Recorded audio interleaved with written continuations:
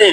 بہرحال حضرت سیدہ پاک رضی اللہ تعالی عنہا پر کوئی ظلم و زیادتی نہیں ہوئی، اور اس ضمن میں جتنی روایات گھڑی گئی ہیں وہ صرف اور صرف جھوٹ کا پلندہ ہے۔ اس میں ایک بھی روایت، ایک بھی بات اگر سچ مان لی جائے تو پھر آپ اپنے دین کے چیپٹر کو بند کر دیں، قرآن کو لپیٹ کے رکھ دیں وہ قرآن سچا نہیں ہے، پھر نعوذ باللہ قرآن غلط ہے، کیونکہ قرآن ان لوگوں کی عظمت بیان کر رہا ہے، رحماء بینہم کے خطبے پڑھ رہا ہے، رضی اللہ عنہم ورضوا عنہ کی واضح وضاحتیں بیان فرما رہا ہے، قرآن کریم ان کے ساتھ جنت کے وعدے کر رہا ہے۔ تم کہتے ہو ظالم تھے، تم کہتے ہو انہوں نے سیدہ پاک کا گھر جلا دیا، نعوذ باللہ۔ اور پھر آپ کی شہادت کا جو قصہ مشہور کیا گیا حضرت سیدہ فاطمہ الزہرا رضی اللہ تعالیٰ عنہ کہ جناب حضرت فاروق اعظم آئے، انہوں نے حضرت سیدہ پاک کا دروازے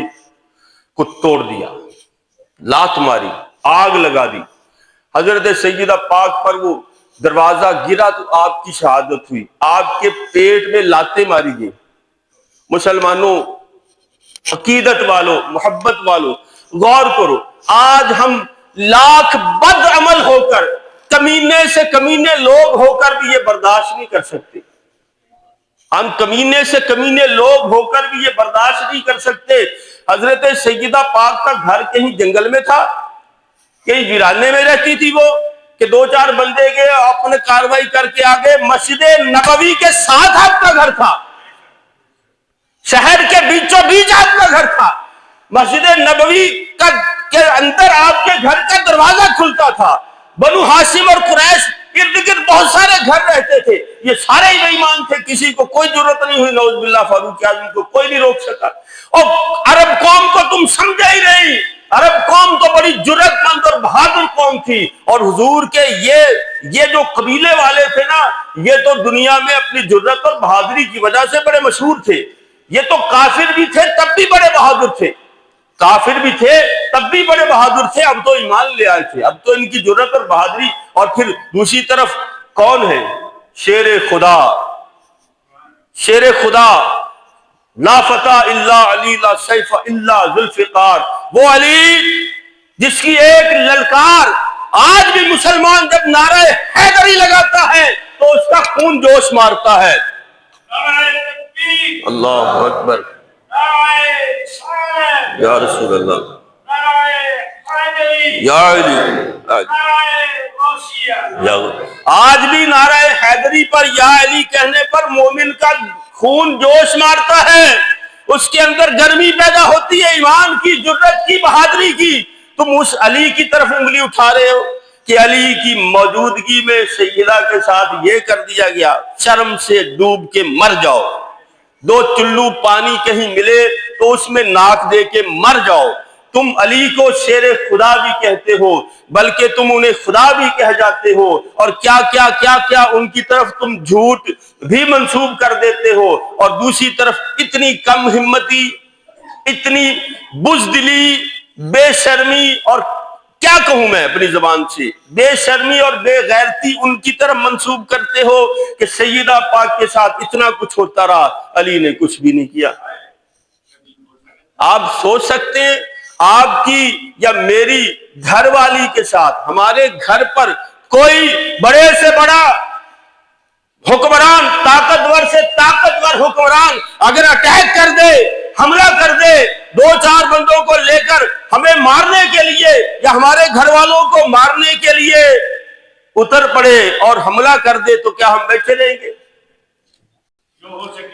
جو ہوگا ہم کریں گے، زیادہ کیا ہوگا ہمیں مار دیں گے، زیادہ کیا ہوگا ہمیں مار دیں گے، چلو ہم پہلے مر جائیں گے، وہ جو بربادی کرنے والے ہیں وہ ہم تو نہ دیکھیں گے، ہم تو یہی کہیں گے کہ ہماری لاش پر سے گزر کر تم ہمارے گھر والوں تک پہنچ سکتے ہو، پھر تو ہماری تو غیرت بڑھ گئی بھی، نعوذ باللہ ان سے، نعوذ باللہ من ذالک، کہ اتنا کچھ سیدہ پاک کے ساتھ ہوا، حضرت علی نے نہ اس وقت کچھ کیا نہ بعد میں کچھ کیا۔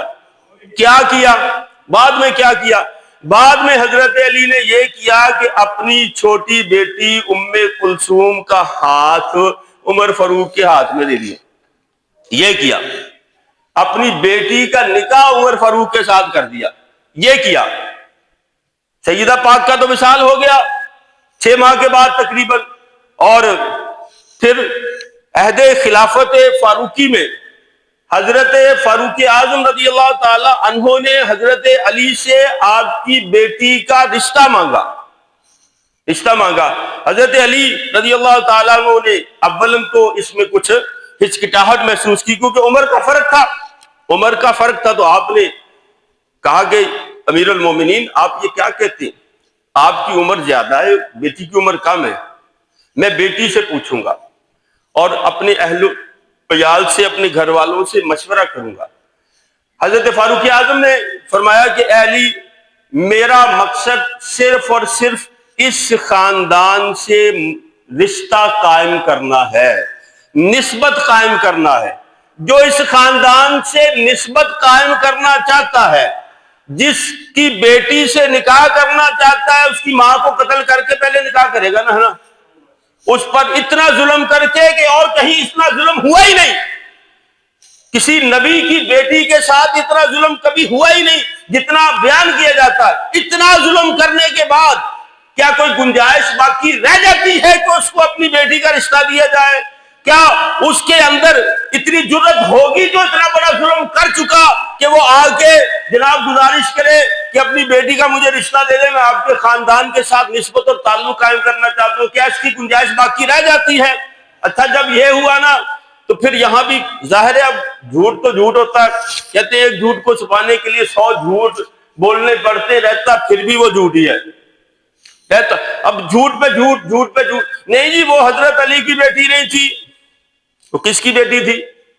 لاؤ کوئی ثبوت تو دکھاؤ کہ وہ حضرت علی کی بیٹی نہیں تھی. حضرت فاطمہ الزہرا ایک جننی کو وہ اس شکل بنا دی حضرت ام کلثوم کی اور ان کے نکاح میں دے دی. پھر میں کہا ساری عمر پھر حضرت ام کلثوم کرو تو نہیں کٹیا ہونا، کمرے میں بند کر کے رکھا ہوگا نا، نکالا نہیں ہوگا، کسی کو پتہ نہ چل جائے، بس اندر ہی چھپا کے رکھا اور نہ ان کا آگے نکاح کیا. یعنی جھوٹ پہ جھوٹ. ایک جھوٹ کو چھپانے کے لیے 100 جھوٹ بولو اور وہ جھوٹ پھر بھی جھوٹ ہی رہے گا. اور پھر یہ حقیقت معرض وجود میں آئی. حضرت فاروق اعظم نے جب یہ بتایا کہ میں صرف خاندان نبوت سے تعلق قائم کرنا چاہتا ہوں کیونکہ حضور نے فرمایا قیامت کے دن سارے رشتے ٹوٹ جائیں گے، میرا رشتہ، میرا نسب قائم رہے گا. میں یہ چاہتا ہوں کہ میرا تعلق بھی اس خاندان سے ہو تاکہ میرا نسب بھی برقرار رہے اور مجھے بھی اس کی برکت حاصل ہو. حالانکہ جنت کی بشارتیں رسول اللہ دے چکے ہیں، سارا کچھ ہے، لیکن خاندان رسول سے محبت کی بنا پر آپ یہ اقدام اٹھا رہے ہیں. پھر قبول بھی ہوا، نکاح بھی ہوا، ان سے ایک بیٹا بھی پیدا ہوا حضرت زید جس کا نام ہے جو کتب حدیث میں لکھا ہے. ہاں، ان سے آگے نسل اور کس کے ساتھ، جس پر اتنا بڑا الزام لگایا گیا کہ اس نے اس ام کلثوم کی ماں پر ظلم کر کے اس کو قتل کر دیا تھا، گھر بھی جلا دیا تھا. پھر یہی نہیں کہ حضرت ام کلثوم کی ماں کو یعنی حضرت سیدہ فاطمہ الزہرا کو شہید کر دیا تھا، بلکہ حضرت محسن جو ہماری روایات اہل سنت کی، ہم کسی دوسرے کی روایت کی بات نہیں کرتے، ہماری روایات کے مطابق حضرت محسن کی ولادت ہوئی ہے. چند ماہ کی آپ کی عمر بھی ہو گئی تھی لیکن آپ کا انتقال ہو گیا، دنیا میں آئے. لیکن مخالفین کیا کہتے ہیں کہ اس وقت جب نعوذ باللہ آپ کے گھر کو جلایا گیا، جلتا دروازہ آپ پہ پھینکا گیا، پیٹ میں لاتیں ماری گئی ہیں مسلمانوں، نعوذ باللہ من ذالک، ڈوب کے مر جاؤ. اور جھوٹو اور بے شرمو اہل بیت سے محبت کے جھوٹے دعوے دارو، ڈوب کے مر جاؤ. یہ الزام لگانے سے پہلے، سیدہ پاک کی یہ توہین کرنے سے پہلے تم پر آسمان کیوں نہ گرا؟ تم شرم سے کیوں نہ مر گئے کہ حضرت سیدہ پاک کی اتنی بڑی توہین کر رہے ہو؟ آسمان اس وقت کیوں نہ ٹوٹ گیا جب حضرت سیدہ پاک کے پیٹ میں لاتیں ماری جا رہی تھیں اور آپ کے پیٹ میں حضرت محسن کا حمل تھا، حمل پیٹ میں ضائع ہو گیا، آپ کی اس سے شہادت ہو گئی. تم ایک طرف محبت رسول، محبت اہل بیت کے دعوے دار ہو، اور دوسری طرف ان پر اتنے اتنے توے لگاتے ہو، اتنے اتنے بڑے بڑے جھوٹ لگاتے ہو، ان پر اتنی اتنی توہینیں ان کی کرتے ہو، نعوذ باللہ۔ حسنین کریمین کہاں تھے؟ حضرت علی کہاں تھے؟ وہ 4-5 صحابہ جن کو تم مانتے ہو وہ کہاں تھے؟ ان پر تو اخلاقاً شرعاً ہر طرح لازم تھا کہ حضرت سیدہ پاک کی حمایت میں وہ تلوار اٹھاتے، جاننے دیتے یا جاننے لیتے، جو کچھ ہو سکتا وہ کرتے، لیکن ان میں سے کسی نے کچھ بھی نہیں کیا، کچھ بھی نہیں کیا، نعوذ باللہ من ذالک۔ اس سے یہی ظاہر ہوتا ہے، اور پھر ایسی کوئی روایت آئی نہیں آگے۔ چلو حضرت صدیق اکبر کے دور میں کچھ نہیں بات کی، فاروق اعظم کے دور میں کچھ بات نہیں کی، عثمان غنی کے دور میں کچھ بات نہیں کی۔ جب اپنا دور آیا، حضرت علی رضی اللہ تعالیٰ وہ تخت خلافت پر بیٹھے، خلیفہ بنے، آپ نے کئی جنگیں بھی لڑی۔ اب یہ بھی تو جنگ لڑ سکتے تھے، چلو ہم قاتلان فاطمہ اور اس کی حمایت کرنے والوں کو ہرگز نہیں چھوڑیں گے، ان کے ساتھ بھی ایک جنگ کر لیتے، آپ کوئی بات ہی کر لیتے، منبر رسول پر بیٹھ کر آپ کوئی بات ہی کر لیتے۔ لیکن ہماری روایات میں ایسی کوئی بات نہیں آئی، اور جو تمہاری روایت میں آئی نہ اس کا کوئی سر ہے نہ اس کا کوئی پیر ہے۔ ہم کہتے ہیں وہی روایات لے آؤ، اسی کو ثابت کر دو۔ یہ جو بیچ میں تمہارا جو نیچے سے لے کر اوپر تک آخری راوی جاتا، اس کے بعد پھر آگے وہ جو 200-250 سال کا وقفہ ڈال کے روایت کسی سے لے رہا ہے، وہ بیچ کے جو افراد ہیں وہ کہاں ہیں؟ ان کو لاؤ نا، کڑی سے کڑی ملاؤ نا۔ جب تم ملا نہیں پاتے تو پھر جھوٹ کا سہارا لیتے ہو۔